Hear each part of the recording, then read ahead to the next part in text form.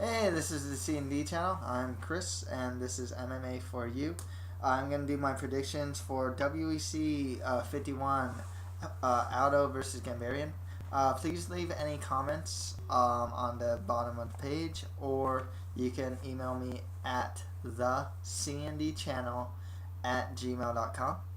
And please visit us this coming Tuesday for the UFC 119 post-fight analysis. Also, either later that week or the week after, I'll have a WEC 51 post-fight analysis as well. And I believe I should have Bellator 31 predictions too. Visit us next week. I should have a lot of good stuff for all you MMA fans out there. So let's go start with WEC 51. Let's start with the prelim card. Starting from the bottom, it's Jason Reinhardt versus Taekwon Zhang. I've seen a couple of Reinhardt's fights, but I'm gonna have to go with Zhang. He's new to the WC, but they probably brought him in for a reason. Reinhardt's always just been kind of there, like a lower mid-tier type guy.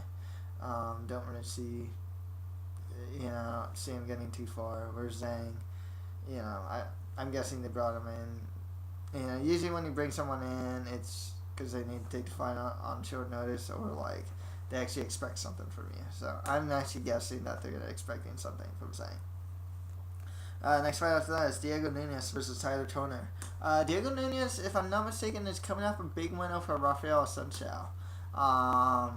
Toner, I forgot who he's coming off a win over.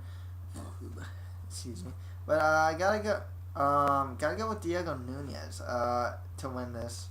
I don't really see. I see this fight actually going to the ground, to be honest. So yeah, I'm going with Diego Nunes. Probably by decision or something. Maybe some top control special or something like that. After that is Demetrius Johnson versus Nick Pace. Man, I'm a big fan of Demetrius Johnson. I mean, when I saw him against Brad Pickett, I mean, he got out-wrestled pretty much. I mean, he got taken down. Man, he'd just get back up so quick, man. I want to watch videos on, like, how... And people should watch videos on Demetrius Johnson, to be perfectly honest, because, like, this guy also... He just has that sense of awareness that you can't stay on the bottom for that long, and... I really wish more people would do that. Don't just stay in guard, hoping for about to stand you up. Be like Demetrius Johnson. Make a little space, scramble up. Watch videos of this guy. I mean, he's really small. I think he actually go to flyweight, to be honest. But man, yeah, he's really good. He's really explosive. He's got it going on, to be honest. I expect great things from Demetrius Johnson. I mean, he lost against Pickett, but man, still impressed me in his fight. Every time he got back up, too, he'd just, like, rush Pickett, too, it's just one of those things where, like, he lost because the other guy was, like, a lot bigger, Pickett's good, but, like, he got out-wrestled pretty much, and that's how he lost his last fight. Skill-wise, he's got a lot of skills, man. Definitely see a lot of good things for Demetrius Johnson. Very impressed with him. Next fight after that is Antonio Banuelos versus Chad George. Banuelos, if I'm not mistaken, is coming off that loss to Scott Jorgensen back in the WC pay-per-view. I want to say, I don't think he's had a fight in between. I'm going with the top of my head here. Chad George, I totally forgot who he fought last, to be honest, but I'm going to go with Antonio Banuelos in this. Banuelos has a pretty good stand-up. He gasses really bad, though, and that's his problem. His gas tank is not that great, and so it's always hard for me to pick Banuelos. It's definitely the gas tank issue with him. He's got some pretty heavy hands. He dropped Scott Jorgensen in the first round of the rematch fight. So his stand-up's pretty good. He's pretty well-rounded, but yeah, I'll go with Banuelos in this, but man, I gotta watch that gas tank with him, man. After that is Chris Hordecki versus Ed Radcliffe. I remember Radcliffe when he fought Donald Cerrone, and he got like hit in the nuts a lot.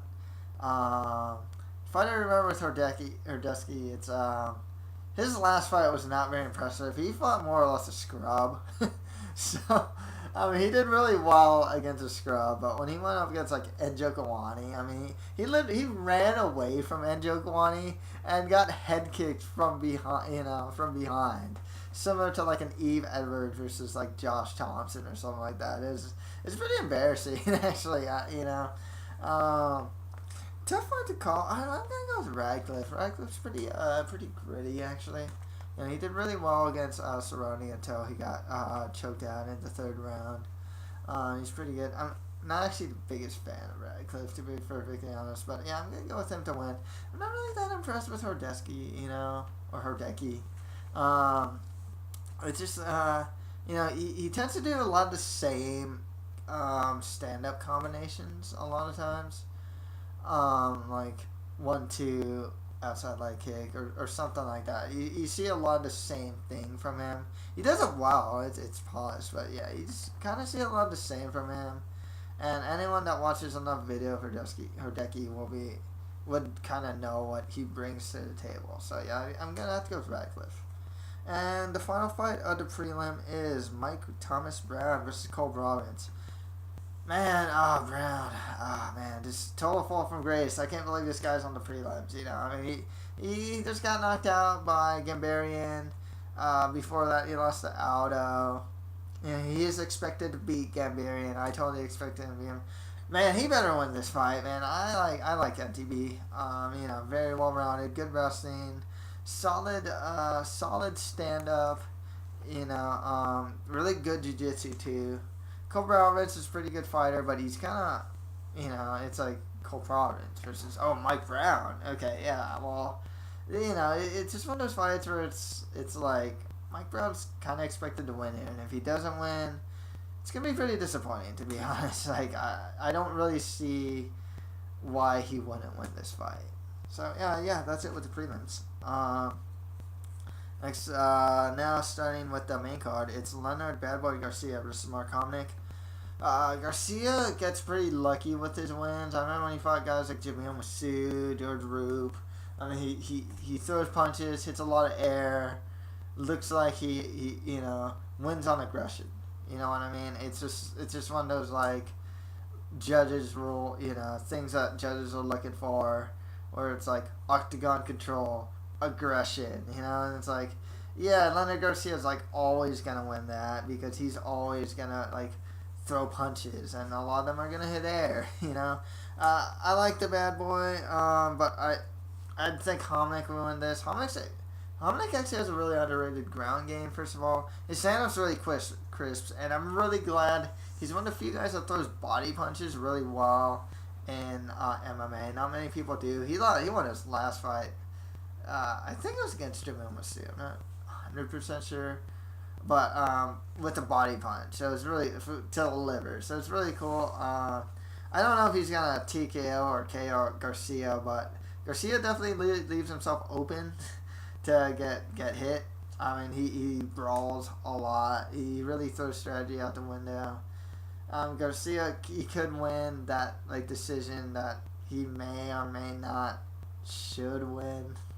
But yeah, got to go with Hominick, and I think Hominick would be a threat at 145 pretty soon. He's actually coming off a big win, and another win over Garcia would definitely put him in contender status for sure. Next fight after that is the Korean Zombie, Chang Sung-jung versus George Roop.